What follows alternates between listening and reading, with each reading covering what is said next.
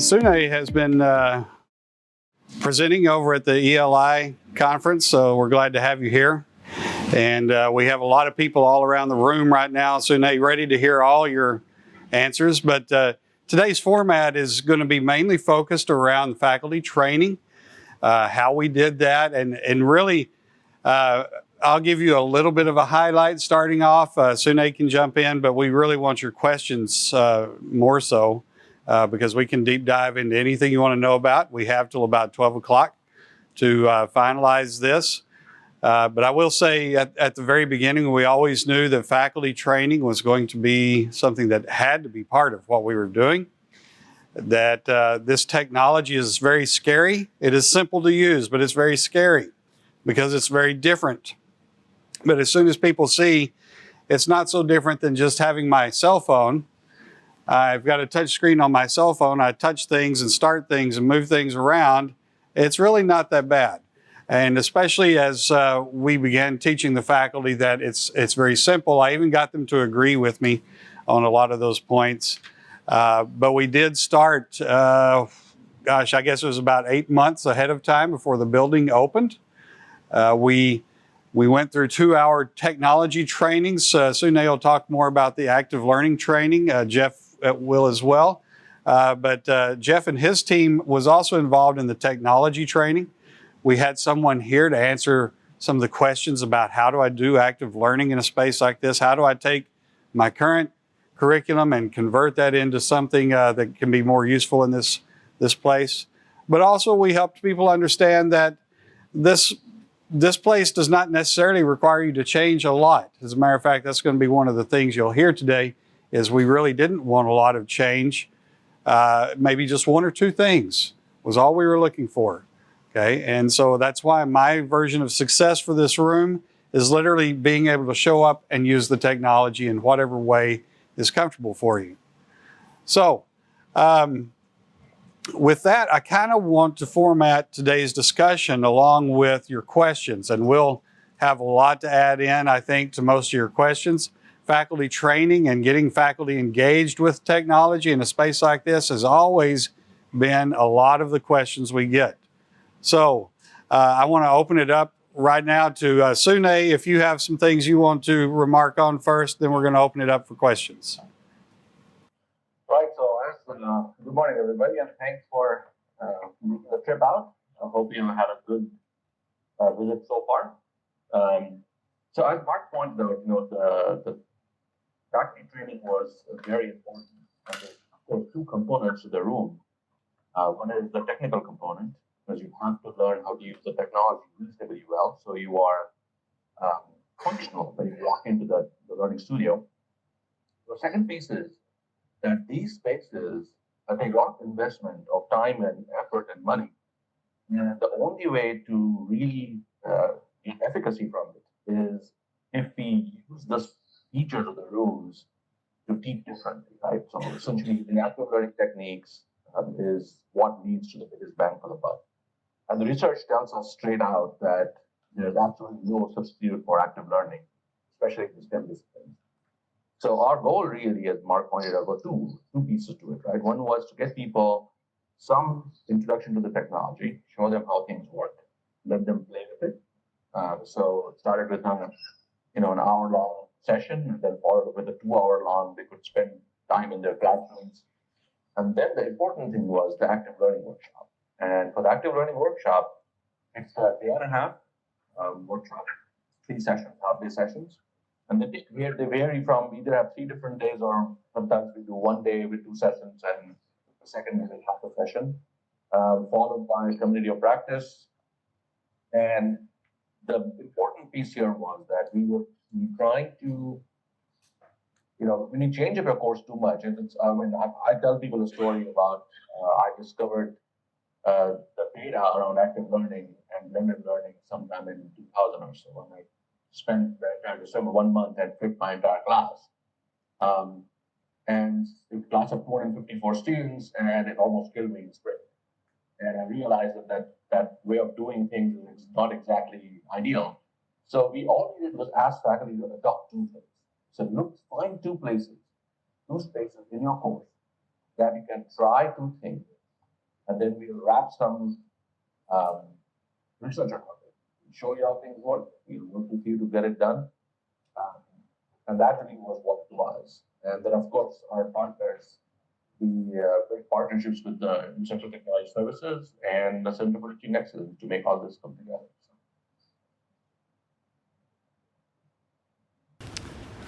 Okay, so what we want to do is open it up right now for questions from anybody. By the way, Jeff is leading our ITS group. Do y'all have a new name, or is that ITS still? Still ITS for now. Still ITS for now. All right. So he is kind of over the main campus, really, as far as a lot of this goes, and we partnered with them to do a lot of this. It required them to come over and get to know our technology, how we're planning to do things, but they jumped right in and participated with us. So any of the questions, just let us know.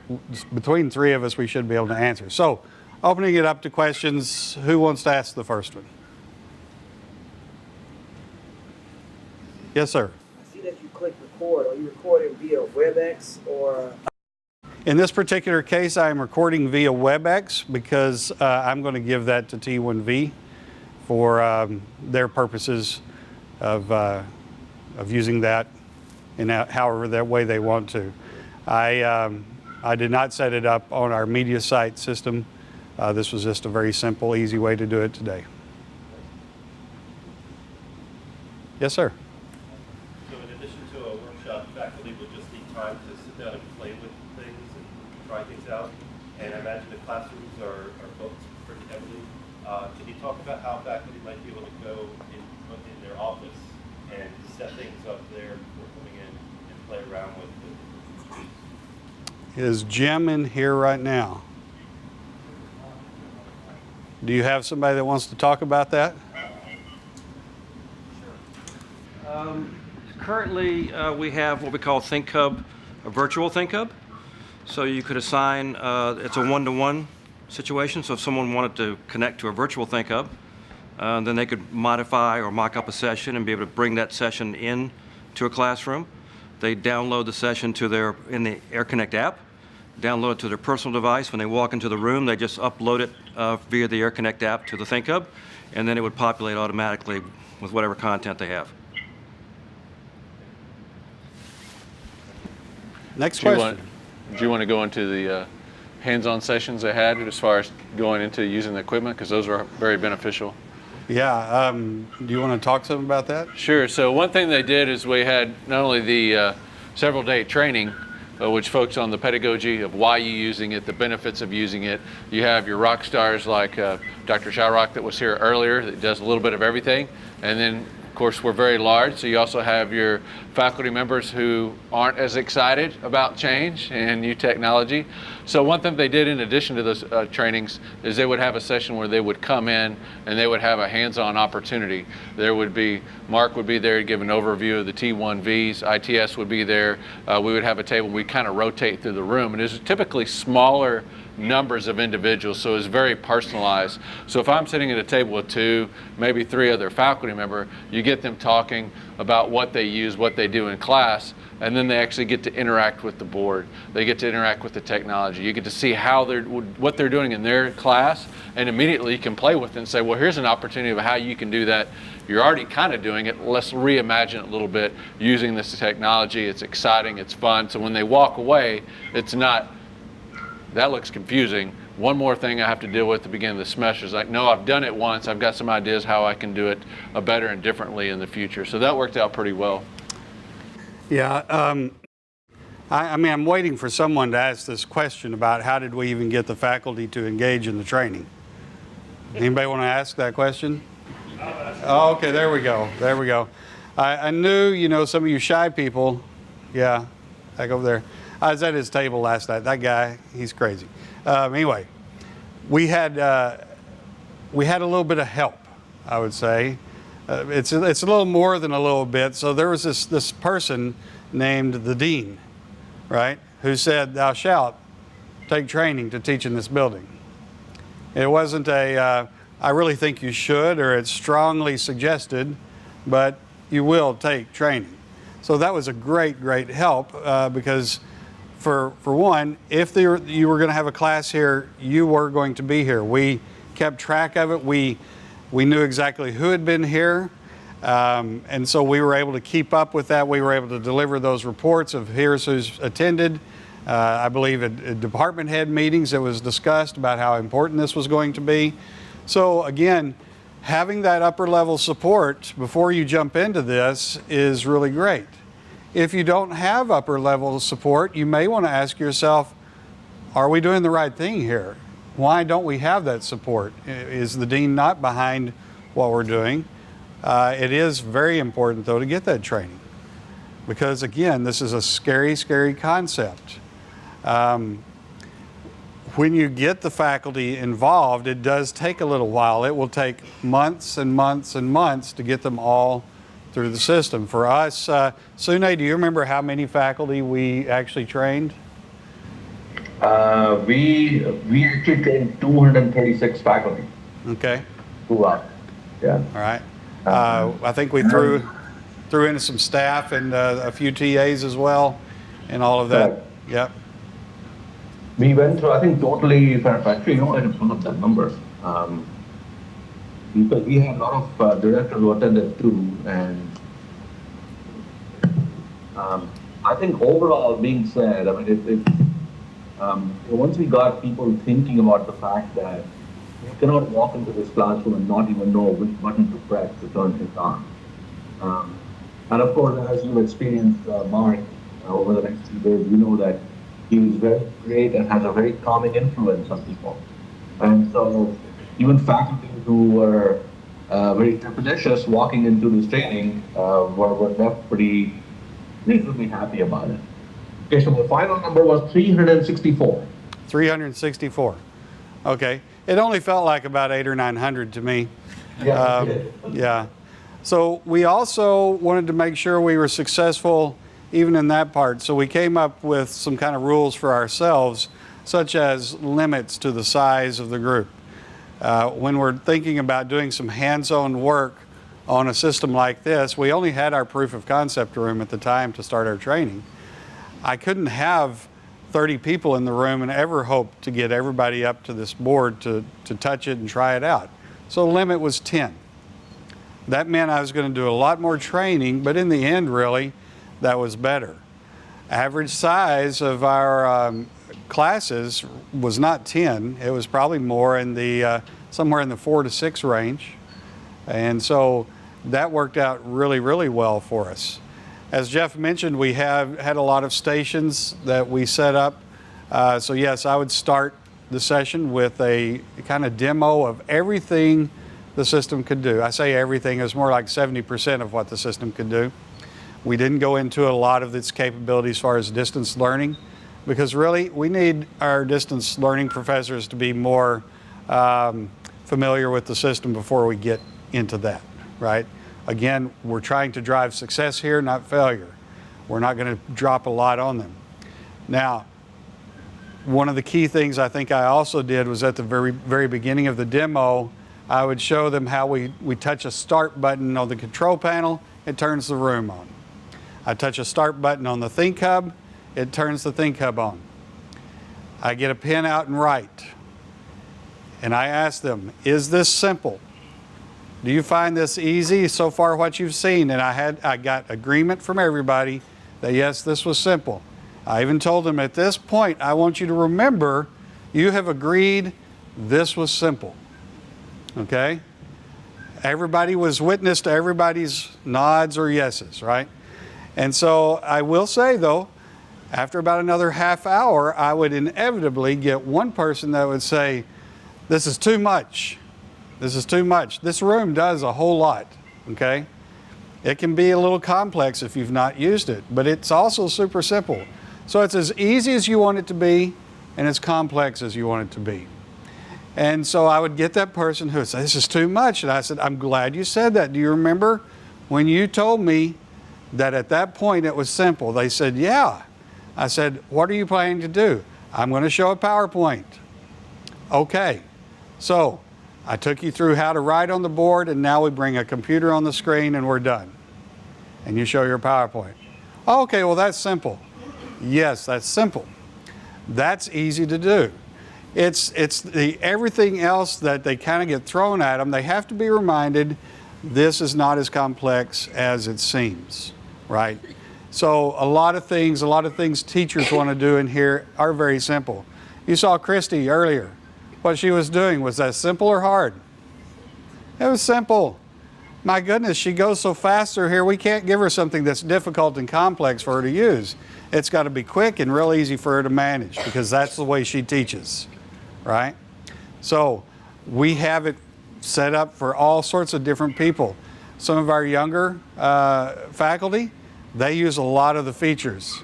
They don't find it complex, it's just normal everyday stuff to them. I didn't even hardly have to teach them, but still, it was really good training for those guys. Yes? So, in addition to the hands-on lecture, what other resources are you giving the faculty for reinforcing the training? So, do you have videos online? Is there documentation that they can read through? Can they access rooms to play with the technology in their own time? Yeah, so I'm going to answer the real short part of the first part, and I'm going to let Sune also discuss from his side on the active learning portion, and Jeff, if you have things too. So we have a very simple handout for just the technology training. I mean, literally it kind of goes through a list of things you're going to see today. And it's got room for them to jot some notes down on. And what I see is somebody will see a feature and think, I'd like to use that, and they'll make a note by that one. But a lot of the stuff is left just blank, and that's fine. It was more of a way to give them a piece of paper to write on when they came, right? Everybody expects a piece of paper to write on. So we do that. Now for the training Sune did, you want to talk about, oh, I'm sorry, the videos. We did develop videos as well. I had a young lady who works for me from computer visualization. Imagine hiring someone like that to come and do all your videos for you. So really professional job, really well done. We did those well in advance. We posted those for our faculty to be able to come back and review, and then they had that. Sune, you want to talk about your active learning? Yeah, so to one of the videos too, that we send them the sequences that when we confirm, when the faculty sign up for the workshops, we send them a confirmation email that they are signed up, and in that email we send them the links to the videos. Now, only about 30% of them actually click on that and watch any videos, but it becomes useful as a useful resource that they can keep with them. So the active learning pieces, this seems trivial, but I can assure you that when you do any kind of building spaces and investments, you're going to get asked the question about how do you know it's working for the student. The only way you're going to go to do that is not by showing technology use, but by actually looking at learning outcomes. And that's where the active learning pieces become very useful. We got faculty into these the 1.5 year workshops, and there was no incentive attached to it, by the way. So they didn't get stipends or anything else. They just were asked to show up if they were interested. We got a core group of people together, and they went through a workshop where we kind of talked through about how students learn, or how people learn actually, looking at research of it, behind it. Shared some research on active learning, and we modeled active learning throughout. So we had them do small think, pair, share, we had them reporting out, we had them exploring things on their own.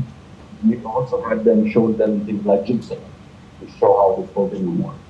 And this was the model we followed throughout, was we shared different information, we showed them how they could use tools like clickers in their classroom, and that was really popular topic that came with.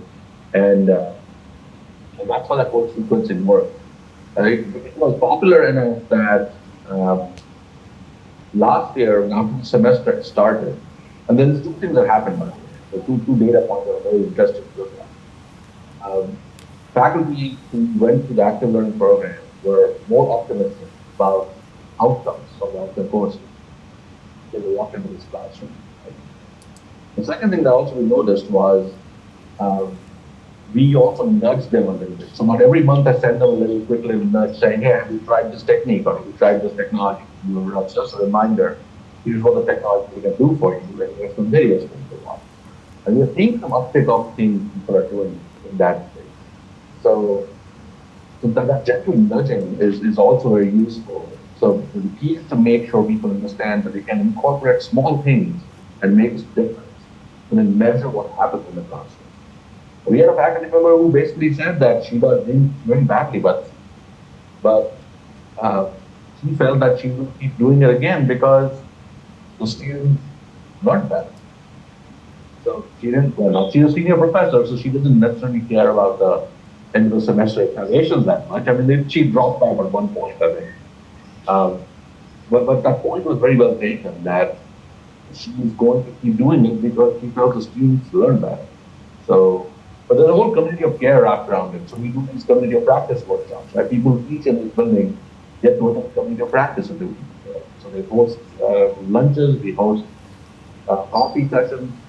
They can come and ask questions, share with each other what's happening, what's not working, what's working, any new techniques they would like to explore. And then the last question was, do we make space available to them? So we're working on that piece right now, because as people have been in the space, you can imagine that the building is occupied 100% almost all the time. So we work on figuring out how we get them into spaces if they come in groups of 5 that have a particular need. And then we guide them through discussion and then make some space available for them for attending. Yeah, with instructional technology, we support all of campus. So during these sessions, obviously, as Dr. Absol said, very hands-on, interactive. You're modeling it, but not only are you modeling it, you're giving them the opportunity to try, succeed, and fail prior to going to in front of a class this big with 100 people looking at you like you don't know what you're doing. So for them, it's a really increase is their ability to go in there and feel confident. And that's huge. So if they have some confidence going in, they're going to try more of the features. So they had kind of a team environment where they could try it. They moved through stations. For us, since we support technologies from all across campus, Dr. Sharrock mentioned clickers, very low stakes, easy way to engage individuals. A lot of the individuals that attended some of these workshops, they picked up on some of these different technologies, and then they attended some of our campus-wide trainings or one-on-one consultations to further their skill set in these other areas. So it's a good partnership with us in engineering to offer a lot of different services that could complement these active learning spaces. Yep. Yes, sir. Yeah, I cannot stress enough that we need to build campus partnerships. I mean, this project was tremendously helped by having Jen in there and support Zachry Technology Services and Center for Teaching Excellence. So if you don't have representatives of this group from there, I would urge you to reach back out to them when you get back onto your campus. Yeah. Right back there. Yes, sir. Just a question about, like, the academic white papers are just citations and justifications that this is it's like, I asked this earlier, I totally accept that this is a great way to teach. Decision makers will want to have a little more documentation. Is there a body of citation you go to justify this? Sure, we had, it was a partnership with Engineering, Center for Teaching Education and Instructional Technology Services, and one of the things they received when they were accepted into this, they received a book. And the book was a fairly easy read. Of course, not everyone read it, but when we went into the training, we referenced it, and a lot of times you planted that seed, so the individuals that were skeptic could then go and look up what we referenced. And there's a lot of data out there that supports that this is successful. And it also, we kind of strategically place some of the questions because these are concerns such as I can't get through all my information and do it in active learning. Well, the research shows you actually cover 20% more. Well, what about the grades? You know, the grades are good. Actually, the grades are half standard deviation more. And here's the research that goes into it. We didn't always spend a ton of time digging through the research. Several individuals within the class would want to, and sometimes we pull them aside. But there's a lot of research that supports it. I'll kind of hand it off to Dr. Pasol to touch on that as well, because he and several faculty members that were involved in this could really address those concerns. Did you want to add to that? So we did a SWOT of study, and so because I use active learning when I teach, I of course have a really broad array of literature reviews that I share with people. So we of course cherry pick some of them that our short reads and our current. But then we have a whole literature review that we share with all the faculty if they were interested and say, if you want to read more, here's what you can find. And like Jeff pointed out, the book was pretty useful. The book really came from the University of Minnesota's work with their science building. And we found it pretty handy, and then supplemented that with some research papers. And I'm happy to share that, send it over to Mark, and you can share that with everybody for those of you who are interested in that research. That worked really well. The second thing we did was we wrapped the research wrapper around this whole thing. So we are looking to see the efficacy of the active learning engineering program. Is it actually helping change the faculty mindset? Then we're observing them in the classroom, see what they're doing and not doing. And then lastly, we're in the process of developing a survey instrument that will work with students and essentially it uses an instrument called a productive disciplinary engagement instrument.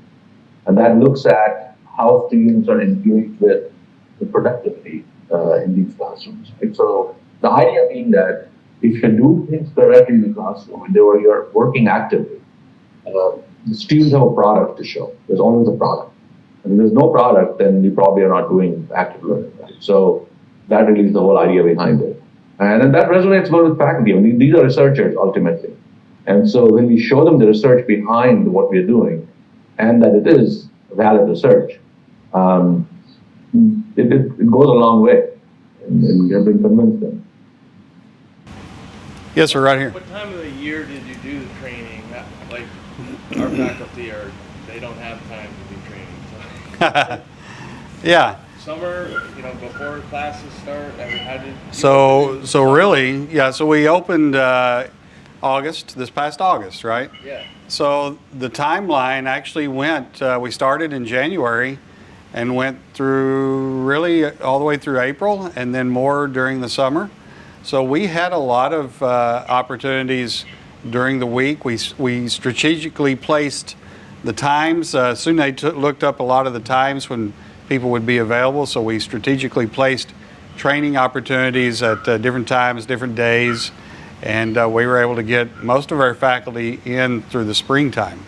Then we picked up a few more during the summer, but a lot of our faculty may not be available in the summer, right? So that's real key in determining when is the right opportunity for them. But I will stress this, I haven't really mentioned it yet, that was not the only opportunity for them to come and use this technology. About a week or 2 weeks before we opened or started classes, we began a program with our student workers paired up with the faculty. So we would have 2-hour sessions when our faculty would come and go to their room, paired up with one of our student workers who had already been trained on the technology, and they went into the room and began using it like they were thinking for their classes, right?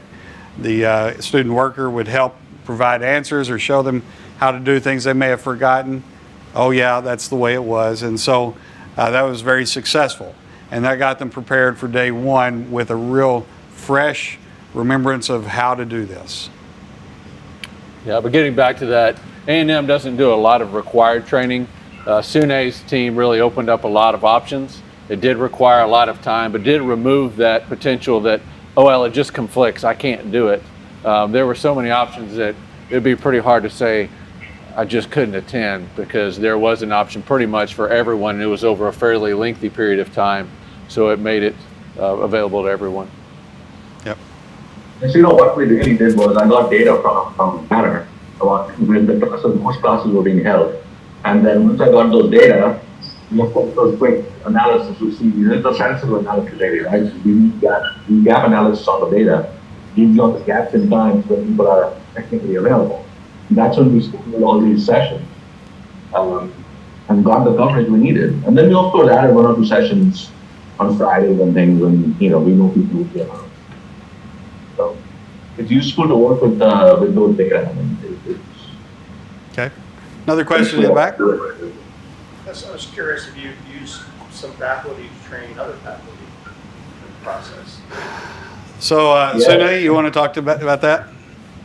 Yeah, so we for every of these, we didn't necessarily use them for the technology training, but we used faculty in the active learning engineering workshops. We always have a panel with Indian faculty who have either gone through the section before or are using active learning to come in and talk about how they're doing and what they're doing in their classes and the results.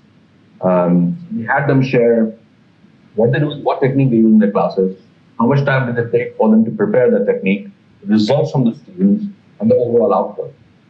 So we do use faculty in our courses, and then 50% of the people delivering the ALF workshop are people who have taught before, right? So I taught for a long time, and my colleague Dr. Watson taught for a long time. Jeff has delivered tons of courses for faculty here, and so everybody has got some experience in it, so it works reasonably well. So that's a great question. So not only did you have leading faculty help present, but then we're leading by example. You're working in groups, you're working with peers. So now it's not as if you're just watching a lecture and just take their word for it. You're working, you're doing some of this. So some of the peers would have the opportunity to speak up and share things that they're doing and what have worked as well. So it really developed more of a community. And after you left, it's like, okay, so-and-so, I wanted to try this. They're already doing it. They're not doing it in this space because it's brand new. I'm going to talk with them. So you develop some connections and relationships so they could learn from their peers, which is huge. Go ahead. I was curious, how many trainers do you have on staff, and are there any certifications tied? Like, can someone be identified as a certified trainer? We're going to go first with your staff, and I'll go with mine. You go with yours. Okay.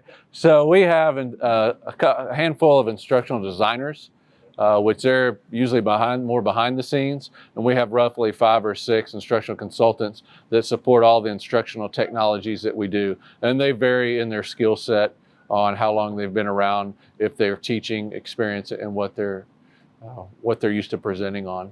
So I don't know if that answers your question or not.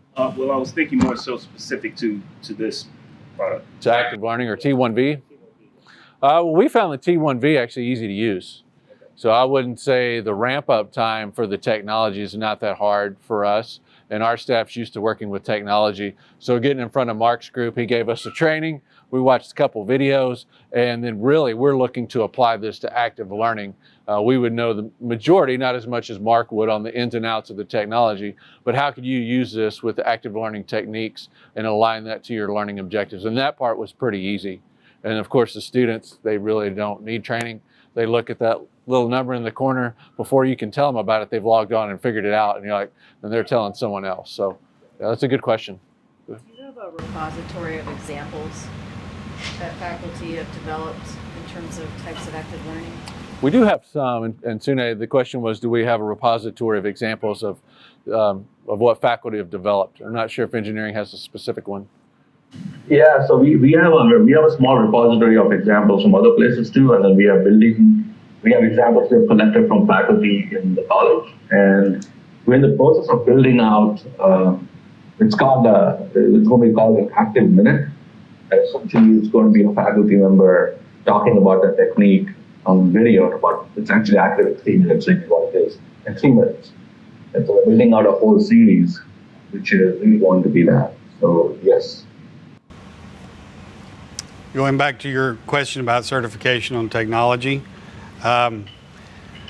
So no, for technology, we don't have a particular certification, especially from T1V. This is still fairly kind of new. I mean, this is a developing technology in our eyes. Do we have people that I consider experts? Yes. And I oversee trainers. So I train the trainers. They have to go through a pretty rigorous presentation with me. So they have to come and watch me once, and then I have to watch them present to people, and they have to present until I feel like they've got it. Okay. And then once that happens, then I watch them present to a real audience. Okay. So they have to understand the technology, be able to answer the questions associated with it, understand our faculty a little bit. And I will back up just a moment to say that, I've told you I'm from an IT background. So, with faculty, they believe IT is kind of against them all the time. They're always trying to make things hard for them to use things. But that's, we all know that's not really the case. But we've never had that real good bridge between understanding from IT exactly how faculty teach and all this. We understand computers. And so this has been a great opportunity for me when I work with the technology committee, working with faculty. I begin to learn. I begin to understand how things are done in the classroom, what needs to happen. And because I understand the technology, I can then associate the two very well together. And it puts me in a really great position to be able to help one side meet the other side and coexist well and understand how the technology is going to be used. And so that's been really, really nice from my position, and that I can teach that and hand that off to our other IT groups, to our student workers. We have, I would say we have practically 60 plus experts from our student workers and full-times that can step in here and make it, help with almost anything. Another additional about 50 full-time people have gone through the training and know enough to be able to talk with the faculty back in their departments about their experience and even share ideas with them. So that was where Ed was real key in that. He made, just like the dean said, all faculty are required, Ed said all IT are required to understand and know this, because the use of it doesn't stop right here. It spreads to all places. So you have two potential negatives. Required training doesn't always go so well. Technology, which can be intimidating. So within the training, really addressed the fact that broke down some of the barriers, made it easier for them to use, but let them know right away that their staff, in Mark's group, they had a lot of staff, and in the training we let them know, here's where they'll be located, here's how they'll be able to help you, because we deal a lot with technology, and it's a bit can be intimidating for certain faculty. So to know that there's staff there that actually knows what they're doing, one, but they're available and they're staffed up, and they had a really good staffing ratio, by the way, to help faculty. So when you're in the room and you have all these eyes looking at you, you're like, oh, and they kind of sweat a little bit, I don't remember how to do that. You could call someone, they could come help you quickly. They did a really good job at that. And being part of the trainings, we saw kind of that burden being lifted off faculty to know that I have support, that I don't have to go to this training and then a month from now teach, and if I forget something, I'm just stuck. So that was a pretty big positive. In the front? Yes. To what extent did you engage student feedback on how it works, what works in the classroom, what doesn't work, as well as like innovative ideas? I mean, the students are smarter with technology than the faculty typically, so they probably have better ideas for how to use the software. And I'll defer that one to Sune, because they did some. So Sune, just repeat did you hear the question? I heard there's some student feedback, correct? How did we get feedback on the classrooms? Yeah, so we did some preliminary work. We asked students about do they think the technology, we asked them a question about the furniture and technology both, right? The question really was pretty simple, is do you think the technology hinders or helps learning in the classroom? And does the furniture help or hinder learning in the classroom? So numbers are, the end on that was pretty small, but it was like we were trying to get a quick look at what happens. And overall, the students are pretty positive about the technology and the space, except they're pretty negative when faculty, so when we ask them the question about what does the faculty do in the classroom, when the faculty are lecturing, then the students automatically at that point say the technology is a hindrance. Because imagine you're sitting and watching TV at that point. And so it all depends what the faculty member is doing in the classroom.